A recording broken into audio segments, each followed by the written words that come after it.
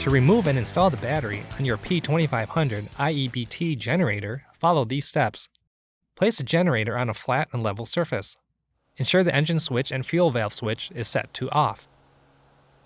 First, remove the 2 fasteners from the maintenance panel and remove the cover. Then, unplug the battery connector from the electrical harness. Next, unlock the battery cover by squeezing both sides of the cover to release the tabs. Lift upward to remove. Next, to install the battery, set the battery into the holder and press down firmly until the battery locks into place.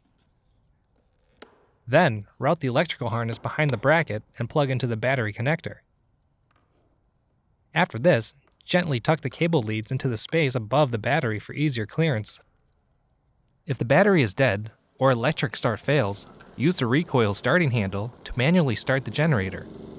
Running the generator will recharge the battery.